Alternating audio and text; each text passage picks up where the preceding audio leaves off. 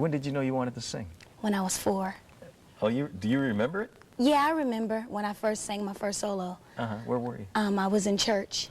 I was 2 years old and I sang Yes, Jesus Loves Me. Brandy Norwood was born in 1979 in Macomb, Mississippi, but she relocated with her family to Carson, California, a city about 20 minutes from Leimert Park in 1983. By this time, she was already performing in public, having made her gospel solo debut at the age of 2. Her singing voice, which would eventually come to be referred to as the vocal Bible, came from her father, gospel singer and choir leader Willie Norwood. By age 11, Brandy was a regular in talent shows and showcases, and she auditioned for Atlantic Records, who told her to come back when she was 14. While 13, she starred in the short-lived sitcom Tia. She signed with Atlantic at 14, dropped out of Hollywood High School, and dropped the quadruple platinum album Brandy, released that same year in 1994. The album was cited as being part of Erykah Badu's inspiration for 1997's Baduism. Brandy was beautiful, like, oh my god, seriously? Please look at her face. Beautiful! Unambiguously black, and she wore braids. Seriously, she was everybody's braid inspiration. Brandy's creative direction was intentionally girl next door and appropriate for the youth. Sonya Norwood, is it hard to keep a double platinum young growing teenage woman in check? It's pretty hard, but as long as you exercise your parental rights, it's easy. We know what that means. I read something where you said there will be no navel showing. Exactly. None. No navel whatsoever. None. Well,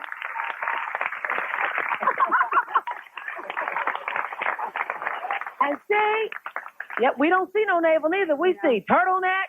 You know, straight covered up. Yeah, always covered up. Brandy told an interviewer, "I've been offered a couple of songs I wouldn't sing at my age. I've heard songs I wouldn't dare sing." 1995 was an even bigger year for her. She contributed Sitting Up in My Room to the Waiting to Exhale soundtrack. Brandy also went on tour with Boyz II Men in 1995. And this is where it gets sticky, because she was dating lead singer Wanya Morris, who was nearly 6 years older than her, from the age of 16. And they collaborated on her song, Broken Hearted. I was on a high. It was love. It was real love. Also in 1995, Brandy was nominated for a Grammy. She made a big splash in the TV adaptation of Cinderella, and she was handpicked by executive producer Whitney Houston. Impossible, impossible, impossible, impossible, impossible, impossible, impossible. Damn, Whitney can sing. I got goosebumps. Cinderella was significant because it was the second yet most prominent time Cinderella had been played by a black actress on TV. Said one producer when pressed by a Disney exec to look into hiring Jewel, of all people, for Cinderella and keeping Whitney as the godmother. The whole point of this whole thing was to have a black Cinderella. We didn't want to make it with a white Cinderella. We weren't interested in a white Cinderella. The following year, Brandy would be in the blockbuster hit I Still Know What You Did Last Summer. But before Brandy was being lauded as the perfect Cinderella and Scream Queen, she was the perfect Moesha. There really hadn't been a show like that before, where the star was a young black girl with brown skin and braids. We always talked about how we never had a role model like that on television when we were kids. Not only was Moesha groundbreaking because the series was from the first-person point of view of a black female teenager, but it was filled with compelling family dynamics, historical cultural references, fly fashion and hair, all the good guest stars, hey Uncle Bernie, and seasoned professionals William Allen Young and Cheryl Lee Ralph. Yeah, there you go. There you go. I didn't know COD meant cutie on delivery. Brother, please, it is too early. What time to get off? It's no wonder it became the channel's most popular comedy show. Moesha was created by the writing team Vita Spears and Sarah V. Finney and Ralph Farquhar. Farquhar's series, South Central, had failed for allegedly being too gritty. Commented a critic on the change to Moesha, Farquhar has moved his new show into the bright, solid middle class of Los Angeles, where Moesha's biggest trauma is receiving a shiny new Saturn when what she really wanted was a Jeep. That particular storyline used to grind my gears growing up because I never got a car on my birthday. Bitch, I would be so happy if my daddy said, here, take a car from my business and you ain't got to pay for it. Hello? But Moesha was a brat, I admit it. Moesha was middle class to the core. A recurring trope is Moesha asking her father for money as he chuckles, the infamous Frank Mitchell laugh.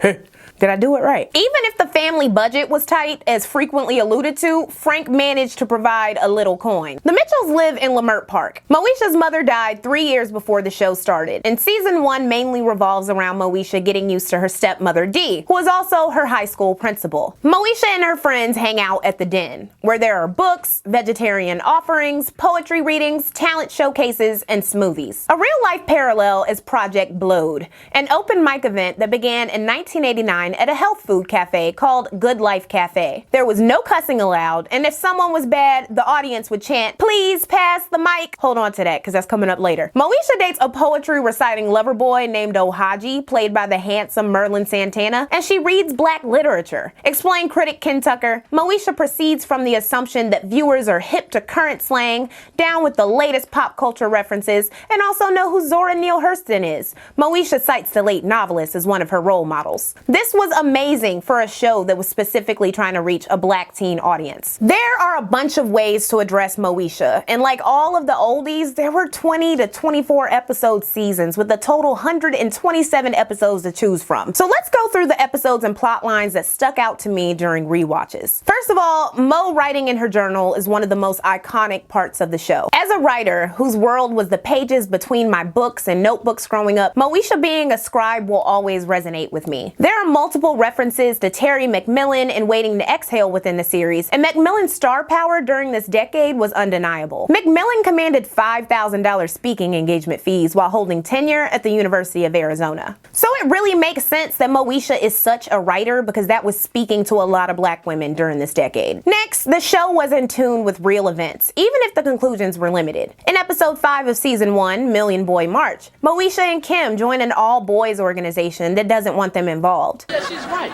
I mean, we should have been talking about this last week instead of counting how many people were in that picture of the Million Man March. Moesha, who is headstrong and opinionated, makes a big splash, pissing off the leader, Whitlock. Now see, that's exactly why we don't need women in the room. Don't need them. Why can't the black woman just support the black man instead of always jumping up in his face trying to tear him down? Burn them down. Shut up. Moesha ingratiates herself to the group's leadership by securing guest star Jodeci, and of course, because it's a 90s TV show and misogyny is softened by comedy, Whitlock says he'll open up an all-male scholarship if Moesha goes on a date with him, because aw, isn't that so cute and generous of him? And she says yes, and I'm assuming they go, and then he never shows up again because she realizes on the date that he's a misogynist. Anyways, that's my canon. Later that season, Mo attends a ditch party, which gets special attention in episode 4 of Lexual Does the 90s. Don't tell anyone, but I'm gonna write an article about these ditch parties. Which hand do you write with? This one? Ow! Moesha has a cycle of friends throughout the series, but 3 besties who are typically depicted as getting her into trouble. Kim was my favorite. In the season 3 episode Halloween Part 1, Kim's Revenge, Kim overhears Moesha and Niecy talking about her weight. I didn't want to say anything before, but do they make a Diana Ross costume in Kim's size? Lucy, you know you are wrong. But you know what? If they do, let's pray it's spandex. I had this moment in high school. Like, this happened to me. So, like, I watched this and I was like, damn, that hits. While Kim has been confident, funny, a great singer, and fashionable since season 1, even kicking Moesha's ass in cheerleading auditions, Kim was often the butt of jokes about her weight and characterized to be unattractive and desperate for Hakeem, Mo's other best friend and sometimes love interest, and he was played by Lamont Bentley. Nobody got dragged like Niecy, played by Shar Jackson. They were always saying she couldn't get a man, mentioning how many siblings she had, how skinny her legs were, how her parents didn't care for her, and otherwise coming for her. And the show somewhat redeemed her in season 5 when it was revealed that she was not only smart and hardworking enough to enroll at the same college as Moesha, but she earned a scholarship for her efforts. A key theme in the series is family. Unlike the Cosbys, in this family, the original mom is dead. So it's a source of conflict that Dee is an addition to the family. But they manage to overcome it. They eat dinner together, they go to activities together, support each other, apologize to each other, and allow the neighbor from next door to eat their food and attend their events. Hakeem having a single mother is a major part of his characterization, leading to him working early, joking about needing food from the Mitchells, and getting multiple jobs. But Because Hakeem can lean on the Mitchells, who are initially presented as an ideal family, the message is that families can blossom into communities, taking in those who need family structure and guidance when they aren't getting it at home. Frank, as the ideal black man, is a surrogate father to Hakeem, and he's a major part of the Mitchell family dynamic. But most importantly to my analysis is the relationship between Moesha and Frank, because black fatherhood was a major topic of conversation in the 90s. Frank is at times overprotective and eventually revealed to be a hypocrite. Season 2 was really juicy because Moesha falls in love with a boy named Q, a transplant from Queens who is rough around the edges. Frank Mitchell, the chuckling, buppy Republican that he is, immediately hates Q, who was brilliantly played by rapper Fredro Starr. To be fair, Q is... He would be getting into things. He did some things. Season 2, episode 2, Moesha is forbidden from letting anyone drive her car. So of course, Mo lets her new boyfriend Q drive the vehicular to a party, and they get stopped in Beverly Hills. While Q tells her and everyone else to chill out because obviously he's encountered police before, Moesha begins her typical know-it-all and pompous behavior when finesse is required when dealing with cops. It's not fair and it's no justification for police brutality, but it's the reality for black people, something that Q understood. When Moesha pushes the easily triggered officer with tiny jabs instead of providing license and registration, Q says, "How are we gonna do this? Rodney King or MLK?" The officer replies, "I was gonna let you go until homegirl here mouthed off." Q is arrested and it turns out he has a warrant for jaywalking, showing he's had bullshit encounters with police before. Moesha bails him out using her credit card, and he enlists a scammer friend to remove the charge from Frank's credit card bill. By the way, it was a recurring joke when I was growing up that Moesha was a hoe, and I mean this in the most non-slut-shamey way possible. She was funny as hell for almost kissing Q's friend moments after he committed credit card fraud, and then going to link with him again after that. That's why they call her a hoe. But I'm not mad at her. I'm just saying, girl, you funny. Anyway, she got teased for how many boyfriends she had, but I just call that living life. And of course, Moesha got busted for that credit card thing, because why wouldn't she? Despite this, Q and Moesha continued to date, and she pressured Frank to accept him. Q represented everything that middle-class Frank was opposed to for his daughter. A hip-hop loving wannabe rapper who doesn't want to go to college. Speaking of jobs, Quentin just got a big promotion at his father's barbershop. He has his own chair and everything. Frank, did you know that Quentin's from New York? You were there once. Yeah, I almost got mugged. Yeah, I know how you feel. Almost got jacked my first day in L.A. What are your plans after high school? Well, as you probably know, I produce hip-hop sets at the Bombay. Hope to parlay that into a career as a rapper or rap producer. Oh, cool. You know, the music industry is pretty shaky, so what about college? What about it, sir? Well, do you intend to go?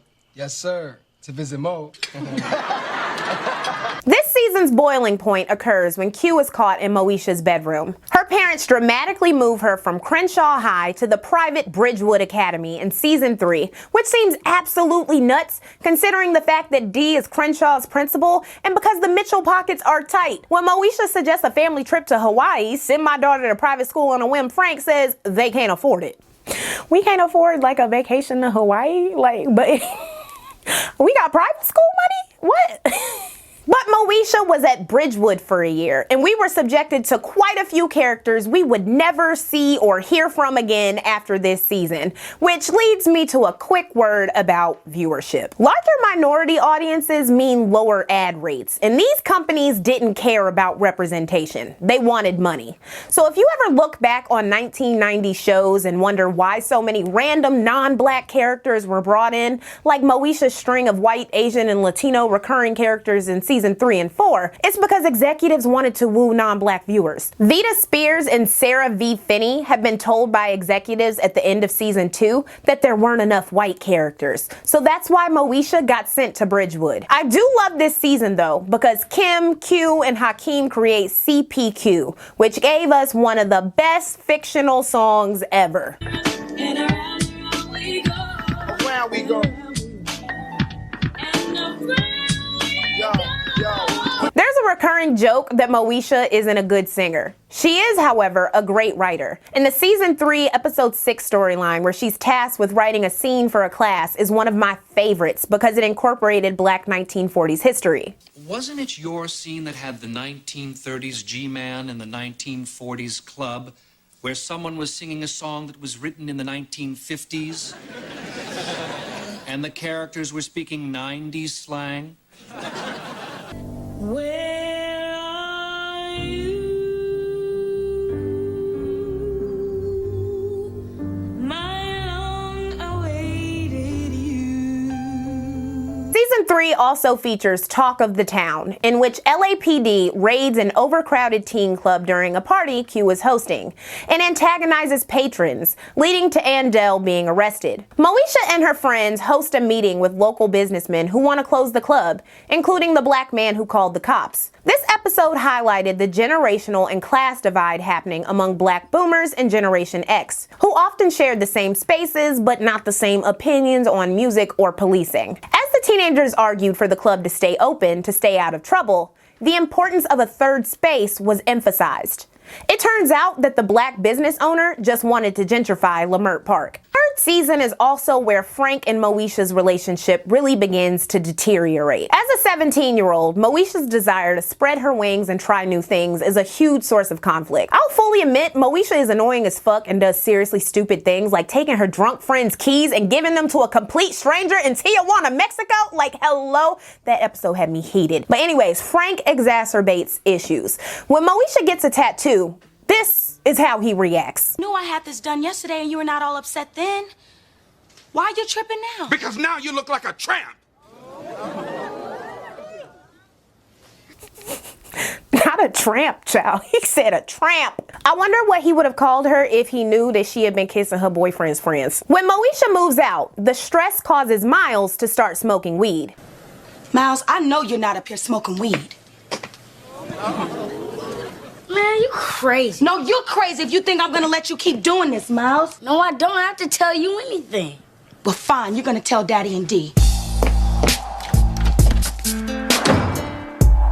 He's sitting there like, good, it's about damn time I get some attention. That drug episode was adorably framed with messages from the cast about drug problems, and it's so 90s. While viewers are encouraged to watch the episode as families and to talk about what they've seen, no such messages frames the episodes in which an older person takes advantage of a younger one. Enter episode 5 of season 4, the infamous teacher. It's already crazy because Niecy asks in front of the entire class, "Can I call you daddy?" Like, why would they? I really hate that they had her saying like the worst shit. Like, why would she even say that in the middle of class? And he just laughed it off and kept on going with the class. Anyways, Moesha kisses this man in a dark room. Like, she kisses him. She kisses him. And he definitely reciprocates, then admits if she wasn't his student, it would have gone further. He quits and somehow Nosy D and Frank never find out about it. And the teacher never faces consequences for habitually blurring the line between teacher and student. Also in season 4, Moesha and other black students at Crenshaw get into it with Latino students when her friend Antonio paints a mural dedicated to Cesar Chavez. The mural is defaced.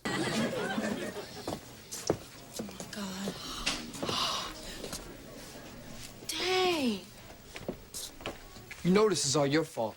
The standoff between the two groups reflected Latino-black divides in Los Angeles that remained after the LA riots. Now, you know what? This whole thing is crazy. God just didn't want our people to be forgotten. This is Black History Month. Right. At least y'all get a whole month. We get one day. Cinco de Mayo. Well, if you want a few more days, go back to Mexico, home. Okay, there you go, speaking Spanish again. What's up with that? This is America, right? Right. Speak English, yes, sir. No, they get mad when we speak Spanish. Then they turn around and try to legitimize Ebonics. Pues que aprendan nuestra lengua, que no. Well, you lucky I don't know what the hell you just said. You want some of this? Bring it on, let's go. From my vantage point, it looked like those two gentlemen were about to engage in some fisticuffs. They were trying to make us riot. Latino youth who attended disadvantaged schools and dealt with various issues that we'll discuss in episode 4 of Lexual Does the 90s wanted representation in schools and media. Yo, forget it, man. That mural's deep, dog. Way to uplift La Raza, dude. Thanks, man. Yeah, no. Thank you, dog. It's about time we got something around here, man. Antonio and his peers wanted a slice of representation by having that mural, which Moesha and the audience had to contend with. But wouldn't the world be a better place if we just erase all color lines? I mean, we're all the same anyway, right? Wrong. We're not all the same. The ending was actually realistic as hell. Antonio wasn't trying to make a political statement with his mural. Nevertheless, when he painted the mural white, the tension eased. It's ironic that both groups with so much to offer would rather have nothing and see the other group get just a little bit of something. Like, that's super realistic, isn't it? Get just a little bit of something. Like, that's super realistic, isn't it? So Moesha graduates and turns 18 at the end of this season, and her messy ass friends invite all her boyfriends over. I was rooting for Q. I was always rooting for Q. Something about a New York man. Oh, wait, where was I? She ends up choosing her ex-teacher, Channing. Well, slow your roll, Mo. I believe we've been to this before. Yeah, but before I was 17 and you were my teacher. Now I'm 18 and you're not my teacher.